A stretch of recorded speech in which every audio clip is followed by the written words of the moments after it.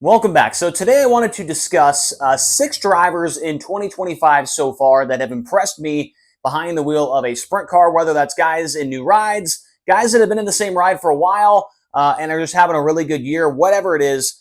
These are six guys that have impressed me so far this season. I've been trying to make this video for a while. I keep putting it off, but today felt like a good day to make it happen. And so we'll start over here and make our way to the edge. Don't ask me why it's six drivers. I'm not sure. I was just kind of looking through a list of guys, and I was like, you know what? I'm going to make it six. We're going to have six guys on the board here for this one. And none of these guys are national touring drivers at all. So I wanted to make that clear as well. Nobody on this board is going to be running either the Outlaws or with High Limit Racing. So we'll start over here, and we'll start things off. Oh, also, sorry, another little thing to start here with. Is there is at least one driver from every region. So we got one guy from California, we got a couple guys from the Midwest, and a couple guys from Pennsylvania as well. So the first one is going to be Chase Deetsz. And he was one that I was very impressed with, or not very impressed, but I was very excited to see at the beginning of the year when it was the whole thing was announced that he was going to be running the Stamen Motorsports 23. I remember last year saying during that whole time when all these announcements were happening that this was one of the pairings I was looking forward to seeing how they would do the most. I thought they'd have a really good, successful year. And so far, it has been a very, very successful year for him. Just to put it on the board, a lot of these guys, they didn't make much money this year, at least so far. But Chase Deetsz, $155,207 in earnings this year. 60 races behind the wheel of that 23 car, 7 wins, 32 top fives, 40 top tens. And what may be the most crazy stat out of all the things he's done so far this year, he has 24 podium finishes, first, second, or third this year. So 32 top fives, but only 8 of those were either fourth or fifth. So he has been on the podium, on the front stretch, doing the interviews a lot this year. He has 2 High Limit Racing top 10s this year, one of them coming at Eldora and one coming at the Port Royal Speedway during the Bob Weicker Memorial. He also had a runner-up finish against the Outlaws at Lincoln Speedway this year. You know that national touring win is coming this year, or not this year, but at least very soon. For Chase, it might happen this year. It could happen on Sunday when High Limit goes to Path Valley Speedway Park, because he did win a PA Speed Week race there earlier this year. He also got a Living Legends Dream Race win at the Port Royal Speedway. So just a couple of wins that I wanted to mention here. He's got 7, but those 2 to me kind of stick out the most, and a couple of solid runs against the National Touring Series. Obviously, Chase Deetsz is in Pennsylvania. He doesn't get to see all the National Touring guys nearly as much as maybe a couple other guys on the board. And so in those, limited starts, he did have a couple of good runs as well. Now, over to the second column here, and let's go with the All-Star Circuit of Champions titleist, Caleb Henry. This is a guy that I'm very high on, have been high on him for the last 2 or 3 years. And, he had a little bit of a rough stretch this year with that injury that took place during the Outlaw Show at Attica Raceway Park. But even with that issue, he's been able to have a very solid season. $64,642 in earnings for Caleb Henry. Only 41 races. This guy does not race all that much. Along with the next guy on the board, there's not a ton of races that these guys do throughout the year. 5 wins, though, in those 41 races. 17 top 5s, 26 top 10s, and he had 12 podium runs along with all those other things as well. 8th place run with the Outlaws at Attica Raceway Park, his best against the National Touring Series. He also ran 3rd against the All-Stars at Eldora during Ohio Sprint Speed Week, which is a 39-car field. It was a very, very good field. And Caleb Henry had a podium finish there. And as I mentioned, he was the All-Star Circuit of Champions titleist this year in their first season, returning on the sprint car scene and doing all those things while sustaining a pretty significant injury in the middle of the year. I don't know how much the All-Star Championship paid. I want to say it's maybe like 20 grand. So add 20 grand to the 64,000. And it has not been too bad of a year for Caleb Henry. Last year, he had a top 5 against the Outlaws and a top 5 against High Limit. I think this kid, if he gets the right opportunities, could be a pretty big deal here in the coming years. Now, number 3 down on the list, the number 3 podium, is actually the number 3 car as well. And I'm going to put Caleb Montgomery. He has impressed me all year. The numbers aren't incredible as far as the wins and the top 5s, but it's when he has been good has been impressive to me. Only $39,415 in earnings for him. 26 races. That's all he's ran in the 410 wing car this year for Caleb Montgomery. 1 win, 7 top 5s, and 13 top 10s to go along with his first ever USAC CRA victory. The 410 non-wing division out there in California got a win with them this year as well. He was second, of course, with high limit racing at Placerville Speedway, led 39 laps, 39 and a half laps or whatever it was, and came up second to Justin Sanders. He also had a 5th place run with high limit at Paris Auto Speedway, another top 10 at, I want to say, Tulare. And then he also got his first ever NARC 410 sprint car win this year. He got that win at Santa Maria. So a USAC CRA 410 win and a NARC 410 win in the same year, the first of his career.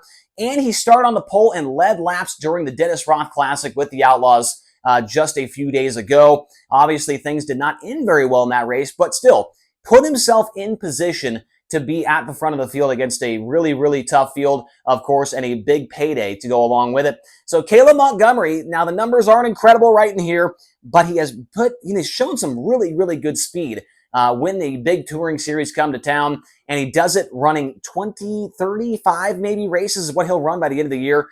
So very impressive this year for me when it comes to Caleb Montgomery, and he's a great Facebook and YouTube follow as well. Now, number 4, you probably can already tell who it is just by looking at the earnings potential there. And that, I mean, everybody is going to say Ryan Timms has impressed them this year. $440,415 in earnings, 56 races for him, 18 total victories, 15 of those coming in the 410 variety, 25 top 5s, 32 top 10s, and 20 podium finishes this year for Ryan Timms. Of course, got his first Outlaw win, his first High Limit win, and he even got his first IRA win at the Jackson Nationals last weekend. So he got the Knoxville Nationals win, the Tuscarora 50 win, the Jackson Nationals win.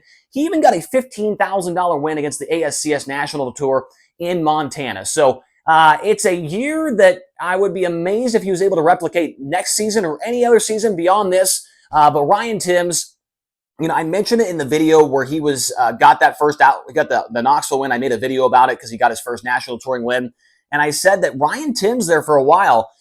You know, he kind of was just on the back burner. Nobody was really talking about him in the sprint car thing. He was doing good in midgets, but in the sprint car, he just kind of wasn't at the forefront anymore. He kind of had slipped back a little bit.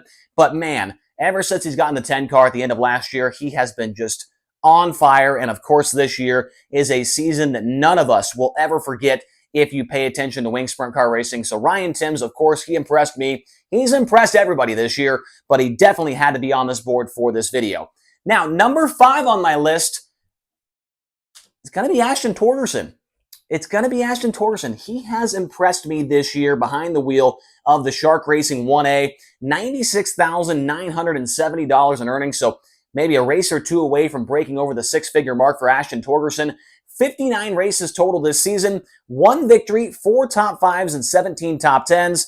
Very similar numbers, I would say, when it comes to this middle portion here, the wins, the top 5s, top 10s, as Caleb Montgomery. But Ashton Torson has been doing it mostly against the Outlaws in High Limit. He has 59 races this year. I want to say 34 of them have come against the Outlaws or High Limit. And of course, the rest of them basically coming against the Pennsylvania Posse. He did run a few races in California before the whole Shark Racing thing came about.